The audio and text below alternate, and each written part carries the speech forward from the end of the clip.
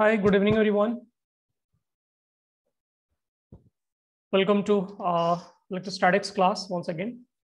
So what we'll try to cover today is understand how potential in case of, let's say, for example, solid sphere, or it can be hollow sphere, depending on whether it is a conducting material or is it a non-conducting material. So we'll try to figure out electric potential outside sphere, inside sphere, just like we did for electric field on the sphere, right? And once we have gone through finding electric potential for all different cases, different scenarios, then we'll move on to finding self energy. We'll define what is self energy. It's basically like potential energy. So we'll define self energy and we'll try to figure out for different cases what will be the self energy. Like for in the case of hollow sphere, what will be self energy? In case of solid spheres, what will be self energy, right? So far we couldn't do it because it requires understanding of electric field due to solid sphere and hollow sphere is basically these two cases. But now we have done it, so we can definitely go ahead and understand and work on it, right? Okay, fine. So let's begin. So let's start with finding electric potential due to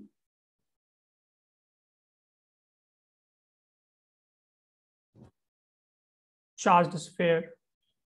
We'll start with conducting sphere. Okay, so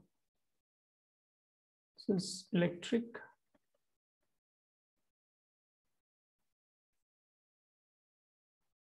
potential due to a charged sphere. ठीक है, but यहाँ पे आपको ध्यान में ये रखना है कि बेसिकली ये हम लोग जो रिजल्ट निकाल रहे हैं, दिस इज फॉर दोनों केस, या तो आप कंडक्टिंग स्फीयर ले लें, कंडक्टिंग स्फीयर, एंड अगर आप कंडक्टिंग स्फीयर ले रहे हैं तो बोथ सॉलिड एंड हॉलो के लिए आप ये डेरिवेशन यूज कर सकते हैं, ठीक है? बिकॉज सॉलिड कंडक्टिंग स्फीयर में भी जो भी चार्ज आप रखोगे स्फीयर के ऊपर वो आपका सरफेस पे ही रहेगा, अंदर आपको चार्ज दिखेगा। एंड हॉलो है तो फिर डेफिनेटली जो भी चार्ज रखा आपने सरफेस पे रहेगा, अंदर हॉलो है तो चार्ज रखने की जगह ही नहीं है ना। एंड अगर आपका नॉन कंडक्टिंग मटेरियल का स्फीयर बना है तो भी आप ये डेरिवेशन यूज कर सकते हैं, नॉन कंडक्टिंग स्फीयर है तो भी आप ये डेरिवेशन यूज कर सकते हैं, बट गिवन वो हॉलो होना चाहिए। So basically all three cases के लिए एक ही एक्सप्रेशन, एक ही डेरिवेशन, ठीक है?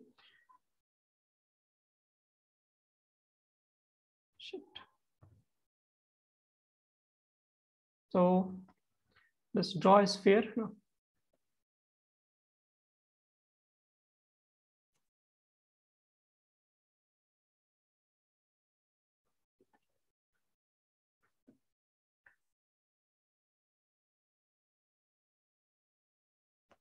तो आपने एक स्फीयर बना लिया है ना। अब इस स्फीयर का जो इलेक्ट्रिक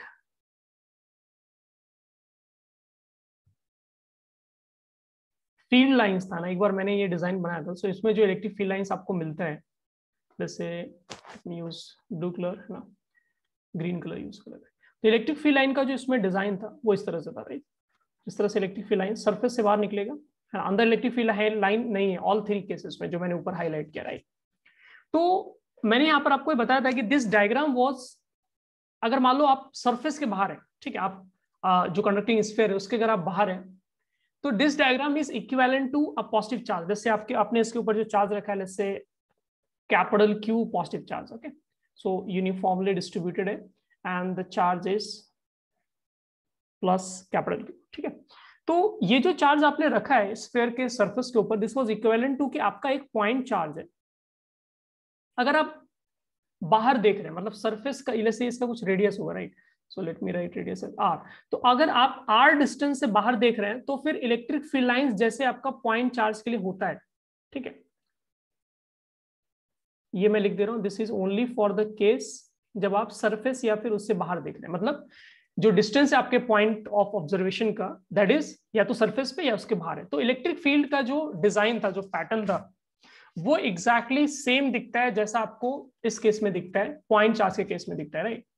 सो इट मीन्स आप इंटीग्रेट करके अगर इलेक्ट्रिक पोटेंशियल का एक्सप्रेशन निकालेंगे ना, जैसे पॉइंट चार्ज में इलेक्ट्रिक पोटेंशियल कैसे निकालते हैं हम लोग, इलेक्ट्रिक फील्ड को इंटीग्रेट करके हम लोग लेकर आते हैं। So integrate k Q over r square को आप इंटीग्रेट करते हैं तो it gives you the form k Q over r, है ना, minus k Q over r, and then आप उसमें लिमिट पुट करते थे और वहां से आपका जो पोटेंशियल का एक्सप्रेशन आता था इट वॉज के charge capital Q divide by distance, है ना।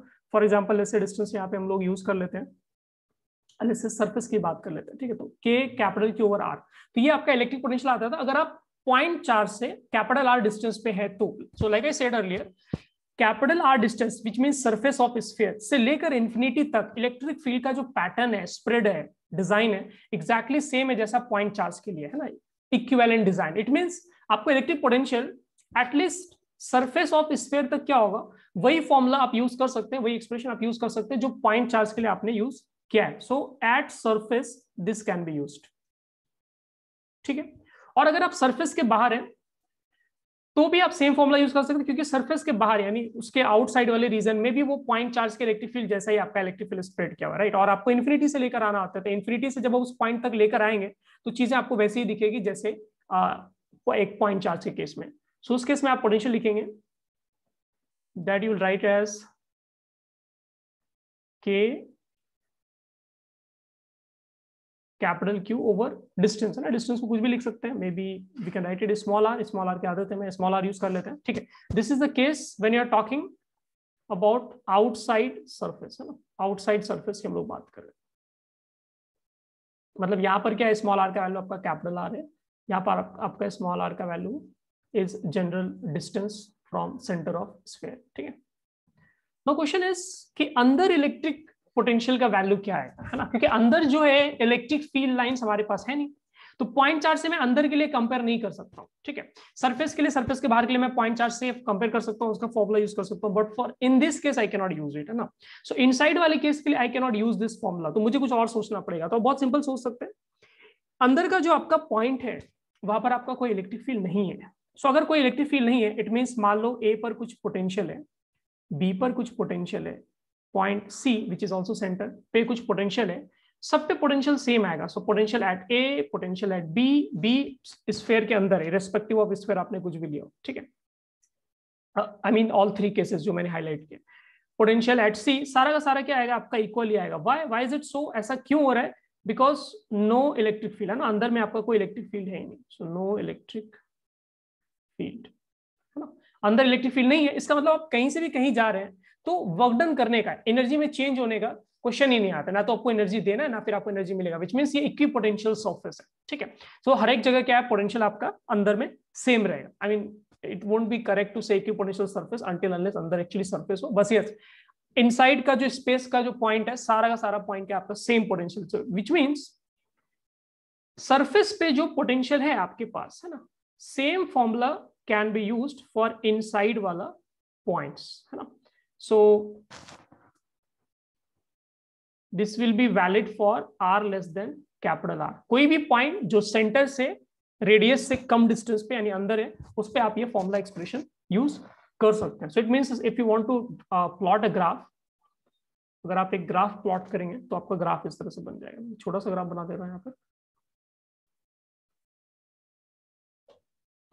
हालांकि उसको इलेक्ट्रिक फील्ड के साथ आप कंपेयर करके देख, इलेक्ट्रिक फील्ड का भी ग्राफ हम लोगों ने इस तरह से बनाया था, राइट। सो से स्मॉल आर है, यहाँ पे पोटेंशियल का ग्राफ है, यहाँ पर ऑब्वियसली कहीं पर कैपिटल आर होगा, राइट। तो मैंने आपको क्या बताया यहाँ पर कि आपका पोटेंशियल जो है सरफेस पे और सरफेस के अंदर सेम है, एंड इसका वैल्यू इज के कैपिटल क्यू बाय आर, ठीक है। तो इस तरह से आप सॉलिड लाइन एक ड्रॉ कर देंगे, ठीक है। ये हो गया आपका सरफेस, सेंटर से लेकर सरफेस तक आपका वैल्यू सेम, एंड देन उसके बाद क्या हो रहा है, 1 बाय स्मॉल आर पे डिपेंड कर रहा है। Point to be note, small r क्या आपका वेरिएबल है, बिकॉज स्मॉल आर क्या होगा, जैसे जैसे आप आगे बढ़ेंगे स्मॉल आर का वैल्यू डिक्रीज होगा, कैपिटल आर तो रेडियस ऑफ स्फीयर है वो फिक्स है। तो मतलब इसके बाद जो है इस पॉइंट कैपिटल आर ऑनवर्ड्स के आपका ग्राफ क्या इस तरह से शार्पली डिक्रीज होगा, ठीक है। सो ये वो रीजन है जहां पे आपका पोटेंशियल क्या है, कांस्टेंट है, और ये वो रीजन है जहां पे आपका पोटेंशियल क्या है 1 ओवर आर पे डिपेंड करता है, ठीक है। इसको नोट करो बच्चों फास्ट। किसी कोई डाउट है इसमें, कुछ गड़बड़ लग रहा है तो लेट मी नो।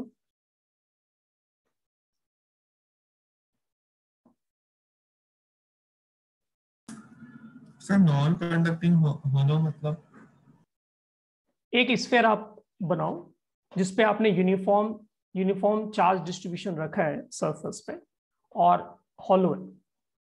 सो अंदर कुछ है नहीं, अंदर आप कहीं भी चार्ज रख नहीं सकते, ठीक है। तो आपने सरफेस पे चार्ज रखा है बस, तो उसके लिए भी आप ये फॉर्मूला अप्लाई कर सकते हैं, ठीक है। तो सर कंडक्टिंग और नॉन कंडक्टिंग में डिफरेंस क्या हो जाएगा हॉलो वाले केस में? कंडक्टिंग और नॉन कंडक्टिंग में आपको डिफरेंस देखना है तो आप ध्यान से ऊपर वाला जो लाइन है और उसको नीचे वाला लाइन दोनों में आप डिफरेंस देखो। कंडक्टिंग में सॉलिड के लिए भी सेम रिजल्ट है ना, which is not the case for hollow, I mean non conducting sphere. So non conducting के लिए आप सिर्फ हॉलो में अप्लाई कर सकते हैं, सॉलिड में नहीं अप्लाई कर सकते हैं, सॉलिड स्फीयर में नहीं अप्लाई कर सकते हैं, ठीक है। कंडक्टिंग स्फीयर में क्या आप सॉलिड हॉलो दोनों में आपका पैटर्न सेम रहेगा, बिकॉज कंडक्टिंग में क्या होता है सॉलिड के अंदर भी अगर आप कहीं पर चार्ज देते हैं तो वापस सर्फेस पे ही आ जाता है। सो इवेंचुअली चार्ज आपको सरफेस पे ही मिलेगा, है ना। यू हैव टू इंश्योर यहाँ पर कि जो चार्ज जो स्प्रेड है which is surface charge density वो यूनिफॉर्म होना चाहिए। Maybe I will write it, यहाँ पर मैं लिख देता हूँ आपका, ये यूनिफॉर्म होना चाहिए, ठीक है।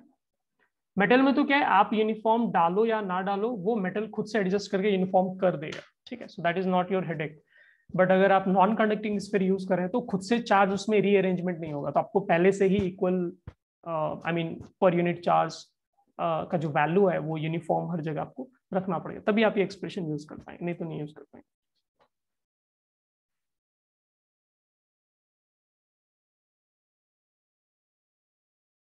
फास्ट नोट करो किड्स उसको।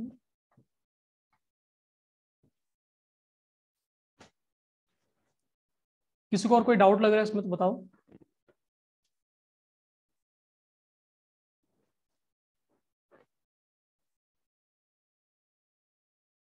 ग्राफ बहुत इंपॉर्टेंट है, उसको ध्यान में रखें। और ऑब्वियसली वैल्यूज भी इंपॉर्टेंट है बिकॉज स्फीयर के जो भी केसेस होते हैं वो बहुत फ्रीक्वेंटली यूज होते हैं ना। कैपेसिटर चैप्टर में भी बार बार आपको ये दिखेगा, सो मेक श्योर ये अपने ढंग से याद रखो।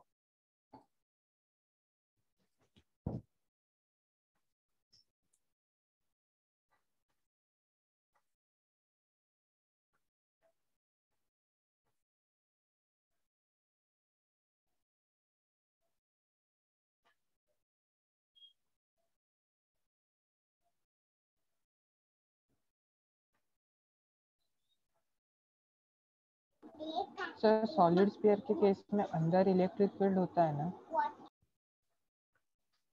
कंप्लीट क्वेश्चन पूछो, ये आधा क्वेश्चन। तो सर उधर मतलब अंदर इलेक्ट्रिक फील्ड होता है तो फिर वो V कांस्टेंट कैसे आएगा? कंडक्टिंग स्फीयर सॉलिड के केस में अंदर इलेक्ट्रिक फील्ड नहीं होता है।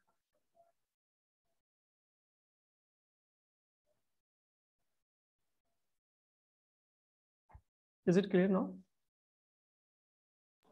Okay sir.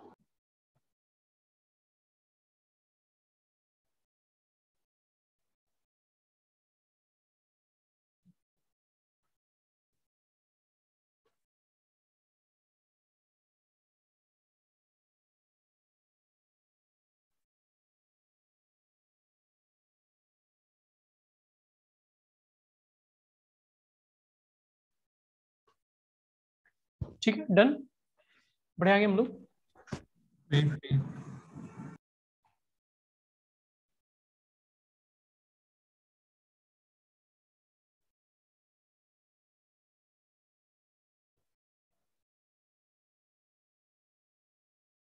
आप इलेक्ट्रिक फील्ड को इंडिकेट करके भी पोटेंशियल फाइंड कर सकते हैं ना, क्योंकि एग्जैक्ट स्टेप्स वैसे रहेंगे जैसे अपने पॉइंट चार्ज के केस में इलेक्ट्रिक फील्ड को इंडिकेट करें, क्योंकि I think E equals to minus dV/dr लिखते हैं ना, तो वहां से वो भी मेथड आप यूज कर सकते हैं, but it basically gives you the same result, and will use that approach जहां पर हमें जरूरत पड़ेगी। ये तो क्या आप विदाउट इंडिकेशन भी you can write it,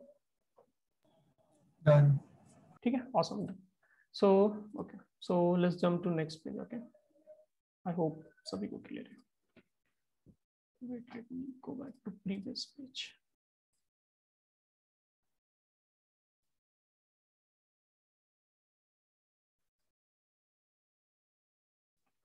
Okay. So next case is that we are trying to figure out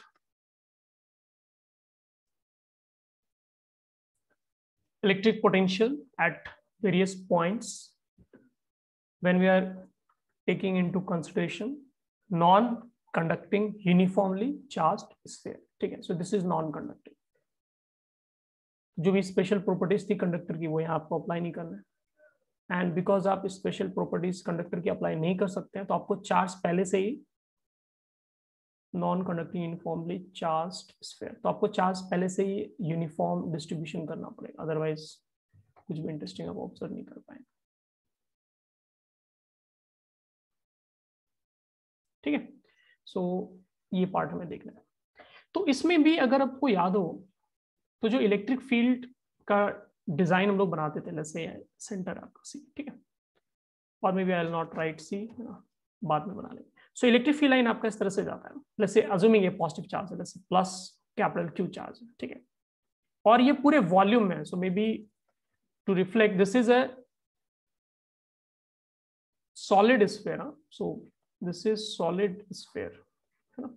hollow का हॉलो नॉन कंडक्टिंग कर चुके हम लोग, कम बना लेते हैं, बहुत गंदा हो जाएगा, ठीक है। फीलिंग समझ जाना, ये सॉलिड स्फीयर है ना। सो इसमें जो इलेक्ट्रिक फील्ड लाइन था आपका, इसमें भी मैंने आपको बताया था कि जो अगर आप बाहर से देखेंगे तो इलेक्ट्रिक फील्ड लाइन जो आपको वैसा ही दिखेगा जैसे एक पॉइंट चार्ज का इलेक्ट्रिक फील्ड लाइन होता है, राइट। इनफैक्ट यहाँ पे जो इलेक्ट्रिक फील्ड लाइन मैंने ड्रॉ किया, गलत ड्रॉ किया, but let me correct it. So आप इलेक्ट्रिक फील्ड लाइन यहाँ पे अंदर भी बनाते हैं, इस तरह से होता है ना। सॉलिड नॉन कंडक्टिंग स्फीयर में आपके इलेक्ट्रिक फील्ड लाइंस इस तरह से होते हैं, ठीक है। सेंटर से स्टार्ट होगा, बिकॉज पॉजिटिव चार्ज हर जगह है, नॉट जस्ट सरफेस, ठीक है। पॉजिटिव चार्ज क्या आपका हर जगह पर है, सरफेस पे है, बल्क में है, so will use volume charge density का केस हियर, ठीक है। इस तरह का आपका डिजाइन है, ऑलरेडी काफी क्राउडेड हो गया, but irrespective of its design, बाहर के पार्ट में, सर्फ स्फीयर के बाहर के पार्ट में क्या आपका इलेक्ट्रिक फील्ड लाइन का जो स्प्रेड है, पैटर्न है, ओरिएंटेशन है, सब कुछ आपको एक्जैक्टली सेम मिलता है जैसे आपको एक पॉइंट चार्ज के केस में मिलता है, राइट। और ये हम लोग डिस्कस कर चुके पहले। तो अगर ऐसा केस है पॉइंट चार्ज के केस में जैसा आपको मिलता है वैसा ही यहाँ पर भी मिलेगा, इट मींस मैं आउटसाइड वाले पॉइंट के लिए, और maybe I will write V out, है ना, बाहर वाले पॉइंट के लिए, मतलब आप स्फीयर के सरफेस से, जैसे स्फीयर का रेडियस इज कैपिटल आर, आप स्फीयर के सरफेस से बाहर वाले किसी पॉइंट पे अगर आप बात कर रहे हैं, ठीक है, तो definitely will write the same formula के क्यू ओवर, अगर आप किसी जनरल पॉइंट पी पे जो आर डिस्टेंस पे, तो विल राइट के क्यू ओवर आर, है ना। ये हम लोग कौन सा केस कंसिडर कर रहे हैं जिसमें आप सरफेस के बाहर, ठीक है। और अगर आप सरफेस की बात करें, VS लिख सकते हैं या फिर you can only right VS या V सरफेस लिख सकते हैं, बात बराबर है। सो सरफेस पे अगर आप देखेंगे तो भी एग्जैक्ट सेम चीज आप यूज कर सकते हैं, क्योंकि पहले भी हम लोगों ने वही किया था, क्योंकि सरफेस और सरफेस के बाहर एग्जैक्टली सेम दिखते हैं, मैग्नीट्यूड वाइज भी एंड डायरेक्शन वाइज भी, सब कुछ इलेक्ट्रिक फील्ड पॉइंट चार्ज जैसा ही आपको दिखता है। सो सरफेस पे क्या करेंगे, बस स्मॉल आर की जगह आपको कैपिटल आर रहता है। So this is the case when small r is capital R, it means आप सरफेस पे इलेक्ट्रिक पोटेंशियल लिख रहे हैं। तो ये दो केसेस तो एग्जैक्टली सेम है जो आपने पहले किया, इसमें कुछ भी रॉकेट साइंस नहीं करना था, ठीक है। बट जब आप अंदर की बात करते हैं तो अंदर में क्या आपका डिजाइन जो है, पैटर्न जो है वो वैसा ही है जैसा पॉइंट चार्ज के केस में, I mean at least direction wise, लेकिन मैग्नीट्यूड वाइज नहीं है, क्योंकि मैग्नीट्यूड वाइज इसका एक कॉम्प्लिकेटेड फॉर्मूला इलेक्ट्रिक फील्ड का हम लोगों ने ढूंढ के निकाला था, और वो फॉर्मूला मैंने आई गेस रो के टर्म्स में लिखा था, विच इट डिपेंड्स ना, आपके ऊपर डिपेंड करता है कि आप रो के फॉर्म में यूज करना चाहते हैं या फिर कैपिटल क्यू के फॉर्म में यूज करना चाहते हैं, but anyways, so let me just right that formula, है ना। क्या था फॉर्मूला, इनसाइड वाले पॉइंट पे किसी भी आर डिस्टेंस पे क्या फॉर्मूला था उसका बच्चों, फटाफट बताओ। सिंपल सा फॉर्मूला था रो के टर्म्स में, rho is volume charge density, okay. क्या था बच्चों बताओ फटाफट, rho r over 3 correct, rho r over 3 epsilon naught था, ठीक है। So I am going to write rho, हमारे भी केस में रो ही है, आर ओवर 3 एप्सिलॉन नॉट, तो इसमें तो कोई दिक्कत नहीं है, तो हम लोगों ने सही लिखा है, ठीक है।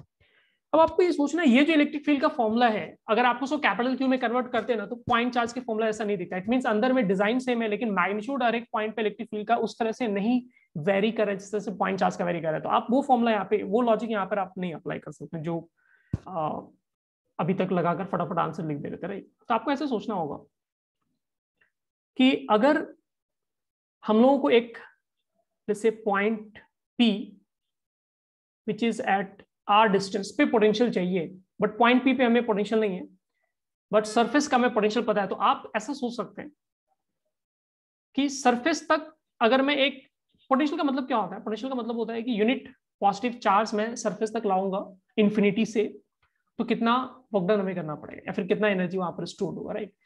जिस तरह से भी आप पोटेंशियल समझ सकते हैं, पोटेंशियल और पोटेंशियल एनर्जी दोनों ही रिलेटेड चीज है। तो आपको ऐसे सोचना है कि सरफेस तक तो मैं आ चुका हूं, तो सरफेस का potential I know, so what I will do, मैं सरफेस से पॉइंट पी तक जाऊंगा, ठीक है? सरफेस से मैं क्या करूंगा, पॉइंट पी तक जाऊंगा एंड इंटीग्रेशन करूंगा, बिकॉज वहां पर पॉइंट पी और सरफेस के बीच में इलेक्ट्रिक फील्ड जो है, अंदर के रीजन में इलेक्ट्रिक फील्ड का हमें फॉर्मूला पता है, so that I can use and integrate and find कि ये potential difference point P and point S, ऐसे पॉइंट एस लिख देता हूं सरफेस पे, जो उसके बीच में क्या रिलेशन आएगा, that I can do, right? So आप क्या करो, एस से पी आने की जगह, एस से पी आएंगे तो क्या होगा, इलेक्ट्रिक फील्ड के डायरेक्शन के आप अपोजिट चलेंगे, उससे क्या आपको कैलकुलेशन करने में दिक्कत है। आप क्या करो, पी से एस चले जाओ। सो मैं क्या कर रहा हूं, पॉइंट पी से पॉइंट एस जा रहा हूं, so this will be written as potential difference, है ना, वीपी माइनस वीएस, पी से एस जा रहा हूं मैं।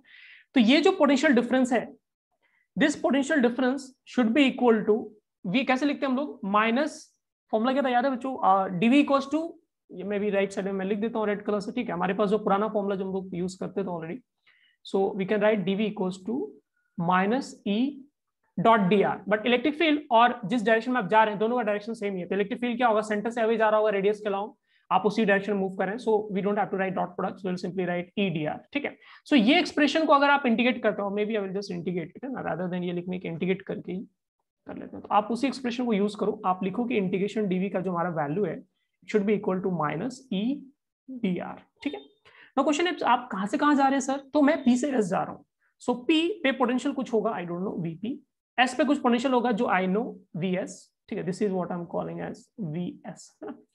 और इलेक्ट्रिक नेक्स्ट स्टेप में कर लेते हैं, तो नेक्स्ट स्टेप में क्या होगा, पोटेंशियल डीवी का इंटीग्रेशन वी हो गया, इसमें अपर लिमिट रखना है आपको, लोअर लिमिट रखना है, equal to minus electric field का फॉर्मूला डालो यहाँ पर, फॉर्मूला आप लिखेंगे rho r over 3 epsilon naught d r, ठीक है? इसमें बच्चों आप नोटिस करो, लेफ्ट में तो आप वी की जगह वी एस रखेंगे, फिर एक यूनिवर्सल माइनस साइन आएगा फॉर्मूला के अकॉर्डिंग, एंड देन आप लोअर लिमिट रखेंगे विच इज वीपी, तो वीएस माइनस वीपी का वैल्यू आ गया minus rho over 3 epsilon naught, ये तो आप बाहर कर लो, रो कांस्टेंट है, 3 कांस्टेंट है, एप्सिलॉन नॉट कांस्टेंट है, वो सब बाहर कर लो, बचा क्या, सिर्फ आर का इंटीग्रेशन बचा, राइट? तो आर का इंटीग्रेशन हो जाएगा आपका आर स्क्वायर बाय 2, इसमें आपको लिमिट्स रखने हैं, सो let me right limits from beginning, so P से एस जा रहे, तो पी पे आपका आर का वैल्यू क्या है, इट्स आर, आर ही लिख रहे हैं उसको, एस पे आपका आर का वैल्यू क्या है, तो इस पे क्या, एस पे आर क्या हो जा रहा है, कैपिटल आर हो जा रहा है, आप सरफेस पे पहुंच गए, राइट? सो आपका लिमिट क्या है, स्मॉल आर से कैपिटल आर, ठीक है?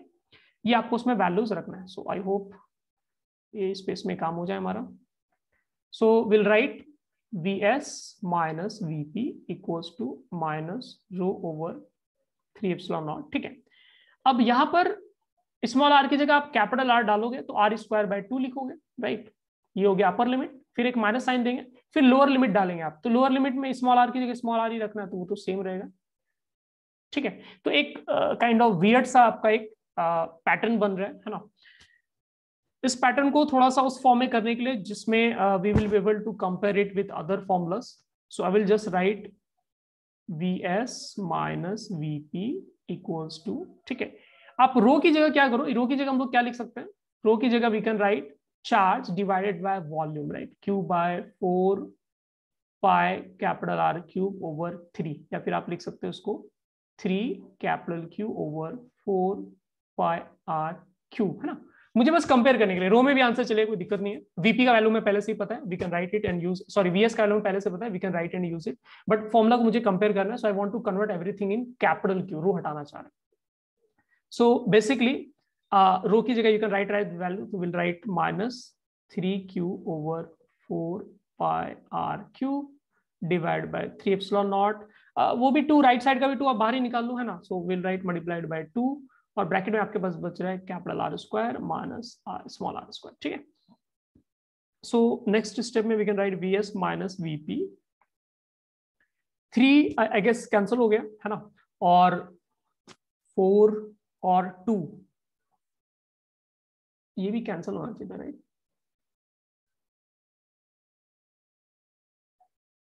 कैलकुलेशन मिस्टेक है यहाँ पर,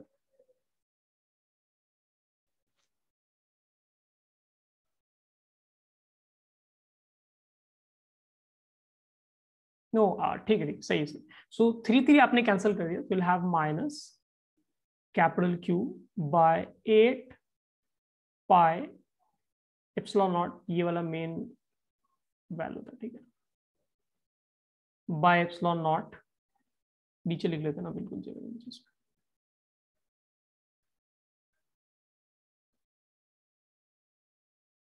यहाँ लिख लेते हैं। So V S minus V P equals to हो गया आपका minus capital Q over 4 pi epsilon naught, ये मैं सेपरेट लिख रहा हूँ, 4 पाई एप्सिलॉन नॉट मैं सेपरेट कर रहा हूँ, मल्टीप्लाइड बाय 2, है ना, and you have R Q और ब्रैकेट में बच रहा है आपका capital R square minus small r square, ठीक है। नेक्स्ट स्टेप में आप क्या करो, 1/4 पाई एप्सिलॉन नॉट को के लिखो, क्योंकि वहां पे हम लोगों ने के यूज किया, so will write minus k Q over 2r Q capital R square minus small r square, ठीक है। एंड हमारा जो इंटरेस्ट है that is to find VP, तो वीपी का वैल्यू हो जाएगा वीएस, और ये प्लस में आएगा जो भी टर्म है राइट साइड का, so that will write it as k Q over 2r Q capital R square minus small r square, ठीक है।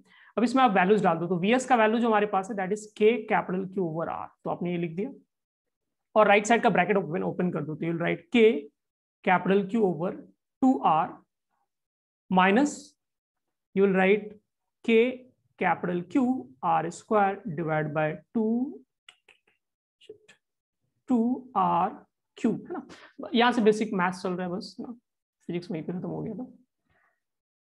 तो फाइनली हम लोग लिख पाएंगे potential at point P which is inside sphere, है ना, at distance small r, common लेके वी कैन राइट k, ये हो जाएगा आपका 3, right, 3k Q over 2r minus k capital Q R square by 2r cube, ठीक है।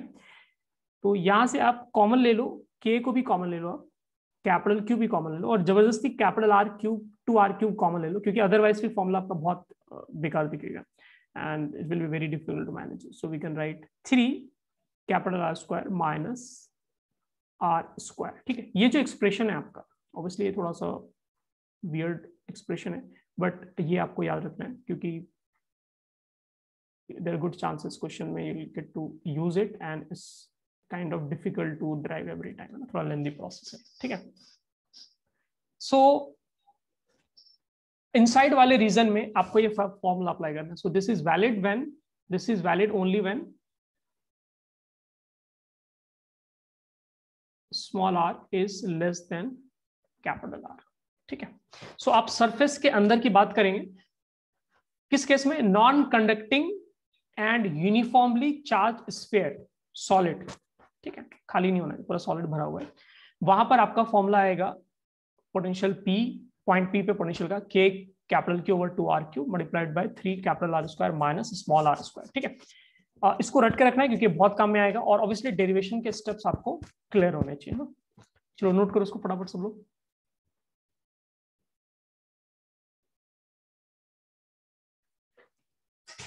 किसी को इसमें कोई डाउट है तो वी कैन डिस्कस, अदरवाइज इसको नोट करो सब।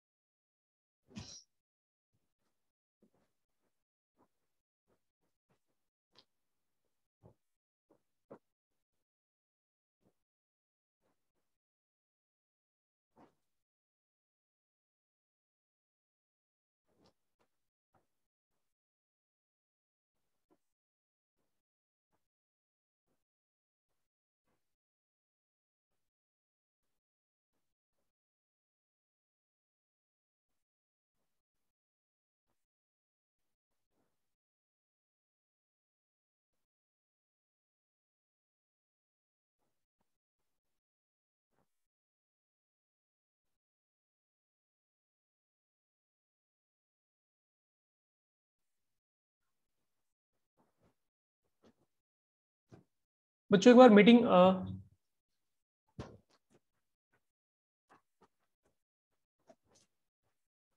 रिज्वाइन कर लेते हैं सब।